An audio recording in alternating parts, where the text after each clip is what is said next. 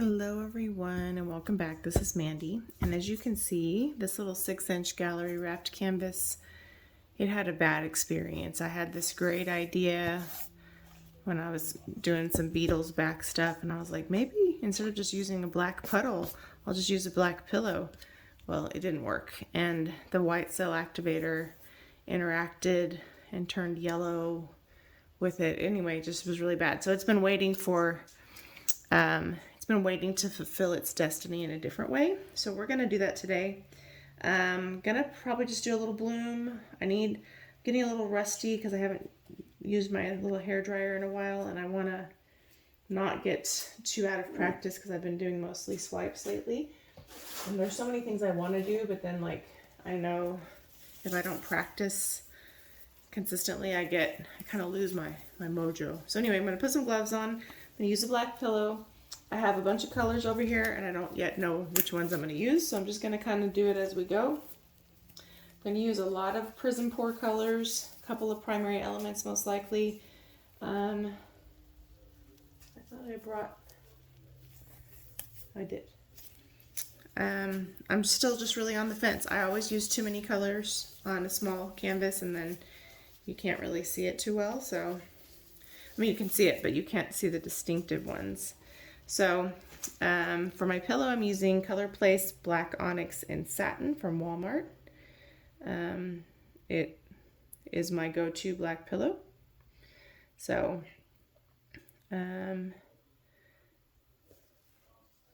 I have Color to Go. I don't think I've used the Color to Go.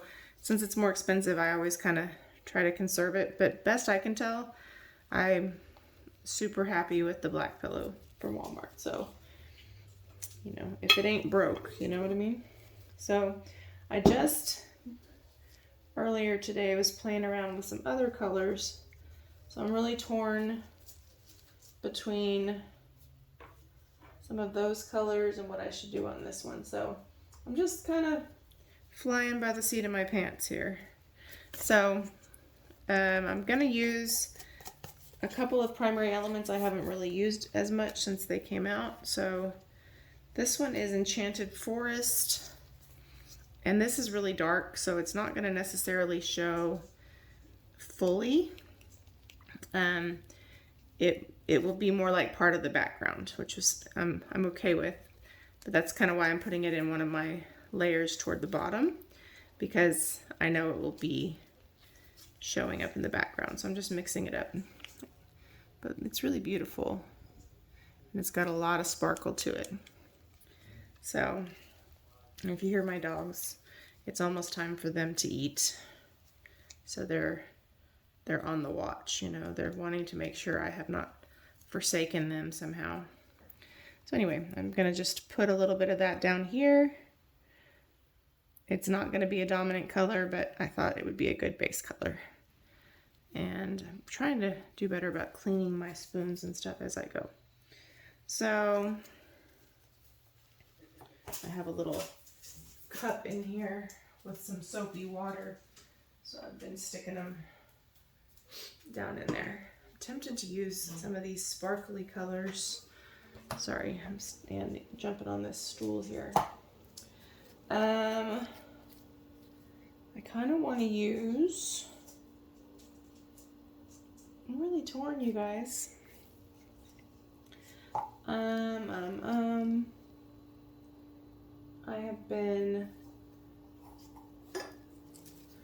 I've just been playing around with color all day. Oh, you know what? I forgot my little light. It feels like there we go. Sometimes the ring light causes this like white light glare if it's just at the right angle, because it's kind of off to the side of my tripod.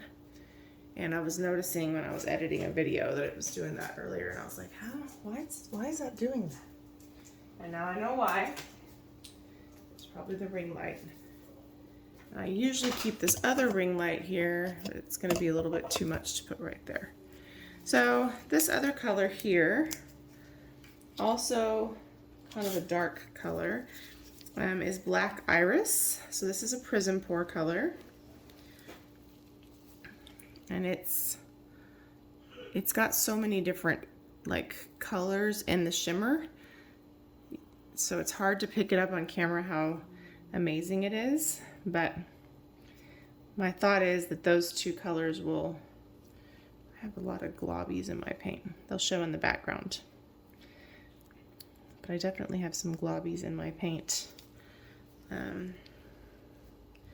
Probably from when I paint and leave my paddles in there. So, next up,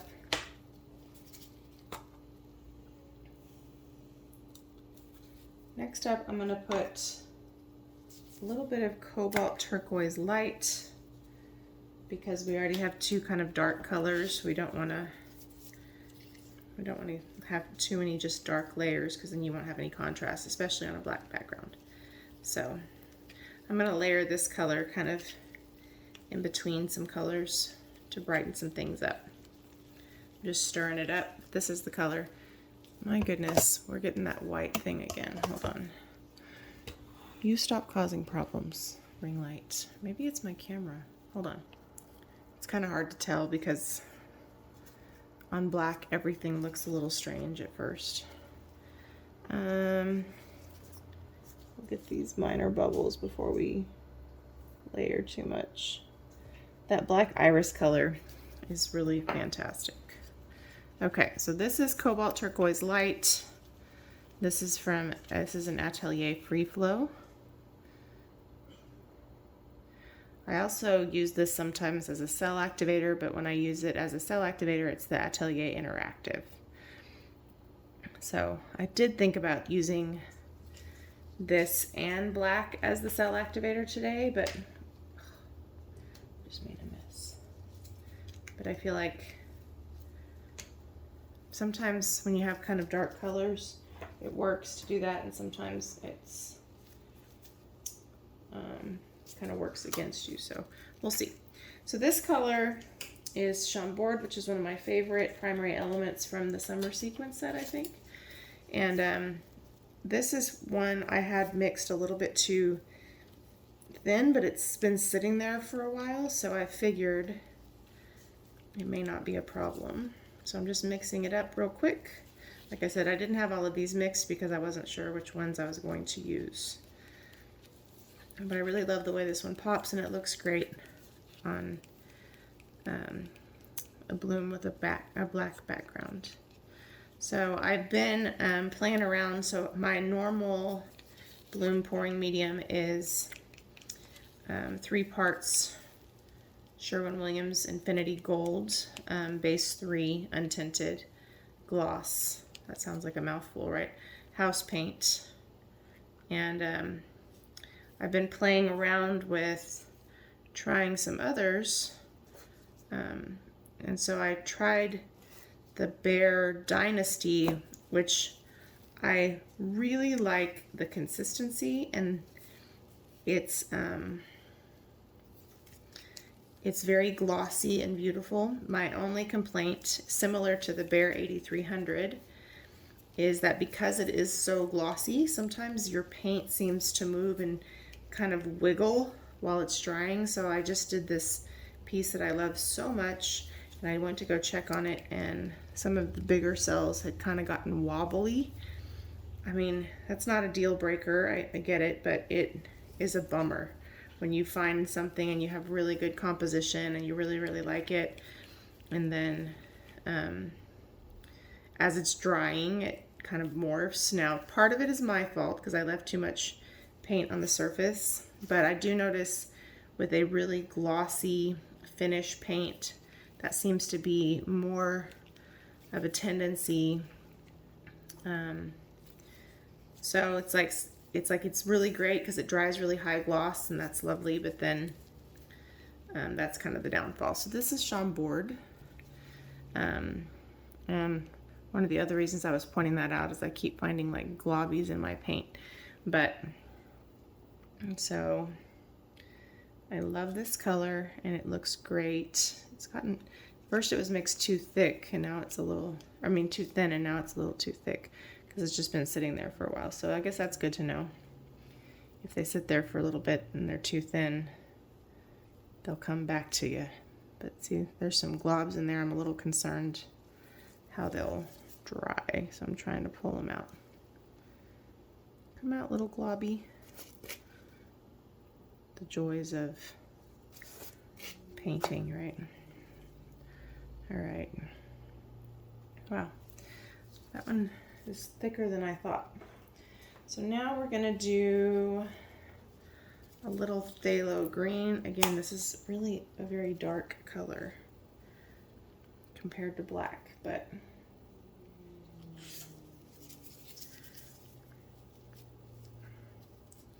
I guess I have some of this pink on my gloves.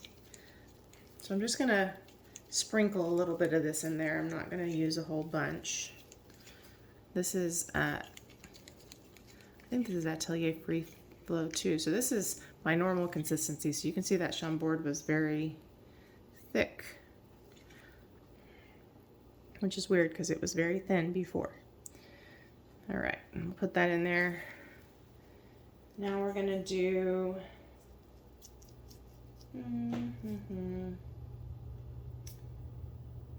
really torn. Let's do Royal Sapphire, which is a PrizmPour color. Really love it. I'm going to be drowning this Chambord, but I may bring it back toward the top. So this is so pretty. Oh, my camera too close. So let's just drizzle it. You know, we're not.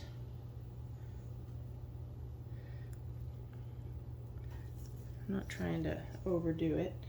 We'll drizzle it. I think I'm going to put a little bit of the True Silver PrizmPour in there. I was going to potentially use some gold, but I decided no, True Silver. Tough, quit that, sweetie. My dog's licking his toes.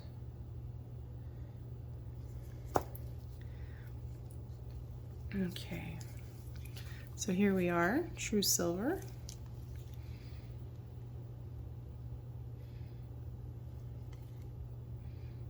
It's a beautiful color. This was the free PrizmPour color if you bought the pre-order for the Jack Frost and the Winter Wonderland. I do believe it will be available to purchase on its own at some point, but I don't know if it's available yet. It's a really beautiful color. Okay, so that added some lighter color in the mix there. I think we're also going to put a little bit of, I think I'm just using whatever I brought out. You know how that goes. I'm going to put a little winter green in there. This is another PrizmPour color. Just again for some light color. I'm not going to use a lot, just a little bit. There we go. And I'm going to use some African Violet. I need to mix up some more of this one. It's running a little low, but it's super pretty. I love it. Look at that. Okay.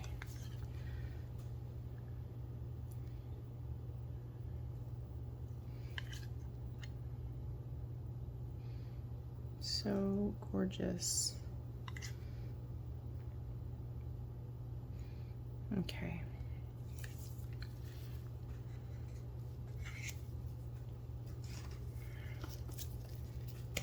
Now, a little Frozen, another PrizmPour color.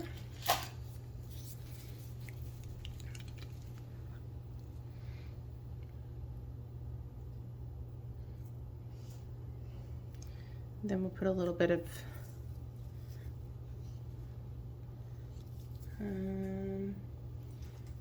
let's say Magenta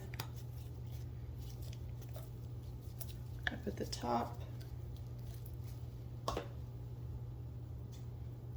Phthalo Green, I need to close it. Clean as you go, you know? And then I open another paint from a different pour thinking I might use it in this one, and then I didn't. Earlier I was trying to kind of stick with the same color theme so I didn't have to keep cleaning up after myself. I just keep the same paint out and do something different, you know.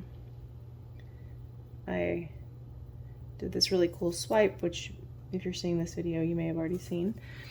Then I created a set of coasters with the same colors. Oddly enough, the composition was very different, so I was glad that I decided to film it, because otherwise it would be hard for me to follow up on what I did. Just a little more true silver at the top. I'm going to put a little magenta under the cell activator. I'm kind of tempted to add more Chambord, but it's very lumpy. Maybe just like a little drizzle, you know.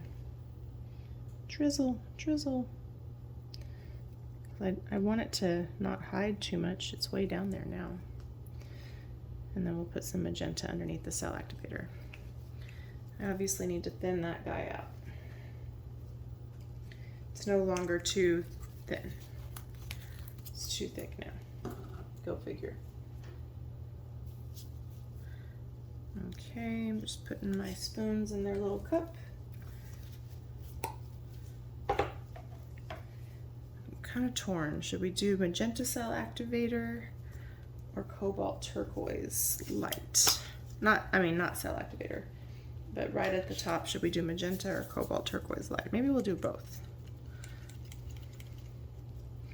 because I kind of want to have something really light underneath the cell activator. Magenta is light-ish, but it's not very light.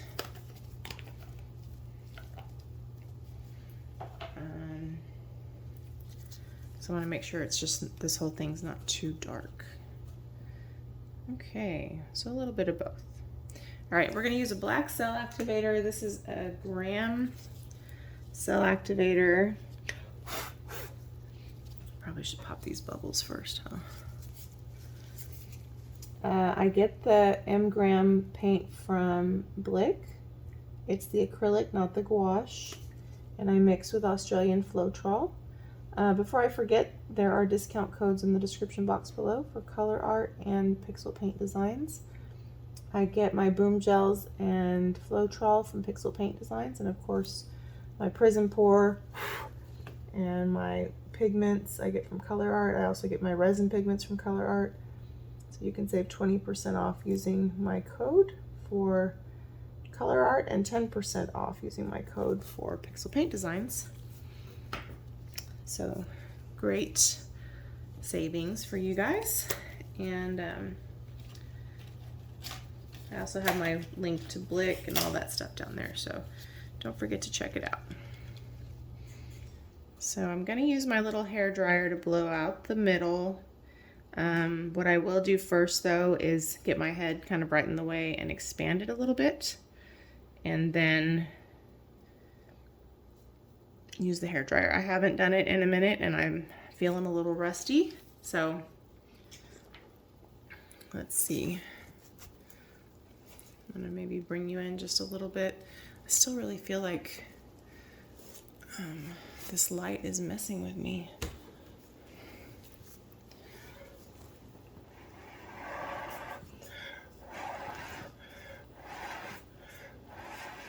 Okay. Cool and low.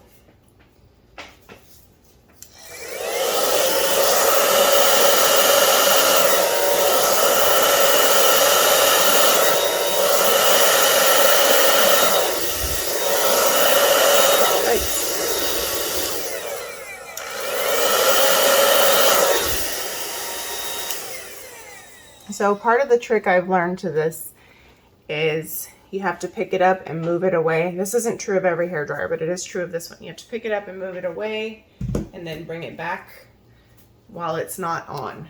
You kind of have to turn it on and off, on and off. That was one of the things I learned. Now I have too much cell activator, so I'm gonna have to let it chill for a little bit and try to open up some of these parts.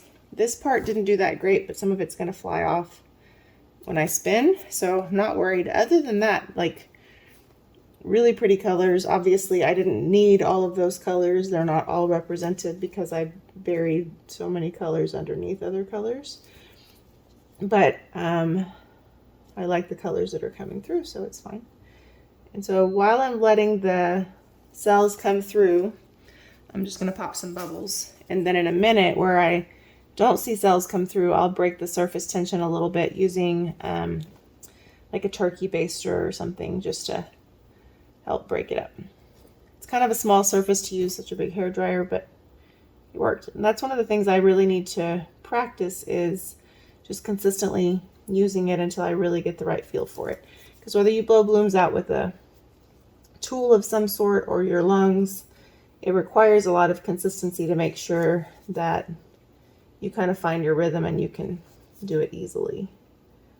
So there's too much here, a little bit too much here, but it'll probably come through. This here needs to break up. So we'll start there. We can't wait too long because the cells in the middle will get wonky. So I lied about where we're going to start.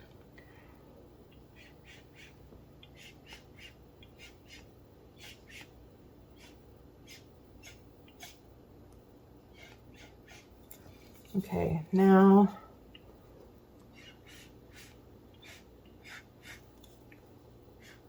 these are starting to develop on their own a little bit.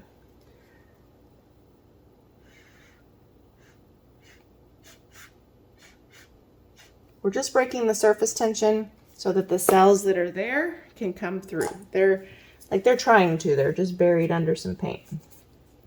And then to distract us so that we don't overwork it, we're going to give it a minute, pop some more bubbles, and then come back to it. Some came up here in the middle, really nice looking ones actually. Some are coming through over here.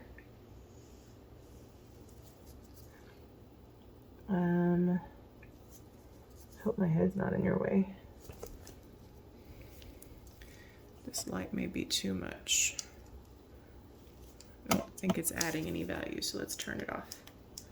Maybe making things too bright. Okay, let's see. There's a little bubble right here. All right, now let's give it another go.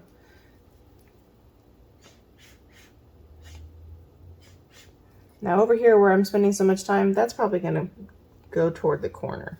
But what I don't want is something with a lot of cell activator right at the edge, because then it tends to pull and keep trying to droop off. So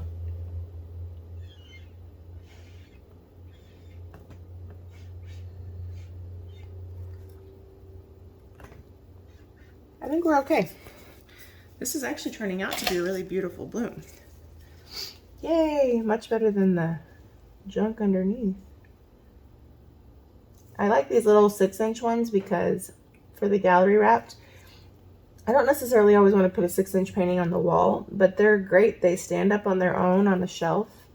So like they're great little pieces of art that you can put.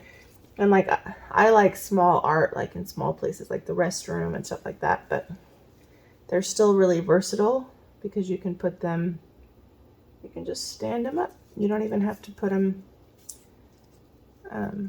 on a nail or whatever. So this one part in the middle, it's kind of fuzzy and blurry and I'm tempted to obsess about it, but then I realize as it dries, it's not gonna look like that. But the colors are amazing. Okay, let's gently spin.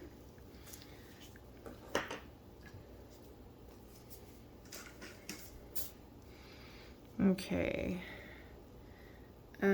Not all the corners are covered, but the surface is covered. So I'm going to help the corners a little bit with what's on the spinner because it's going to continue to move, so I just want to get them covered.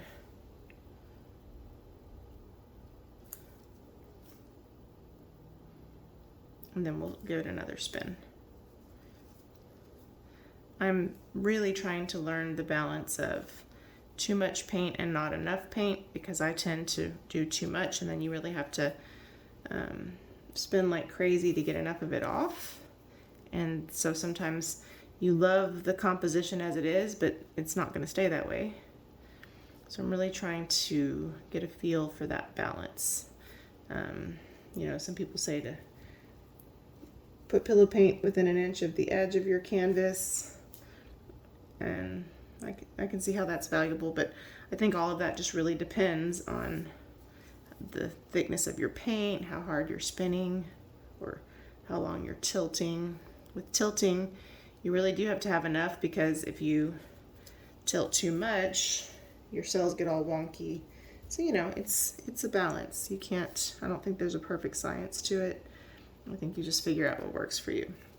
All right, now I'm not a fan of tilting very much once you've blown it out, but while we still have a little bit on the surface, I'm going to see if I can't shift very slightly toward that edge that doesn't really have very much action.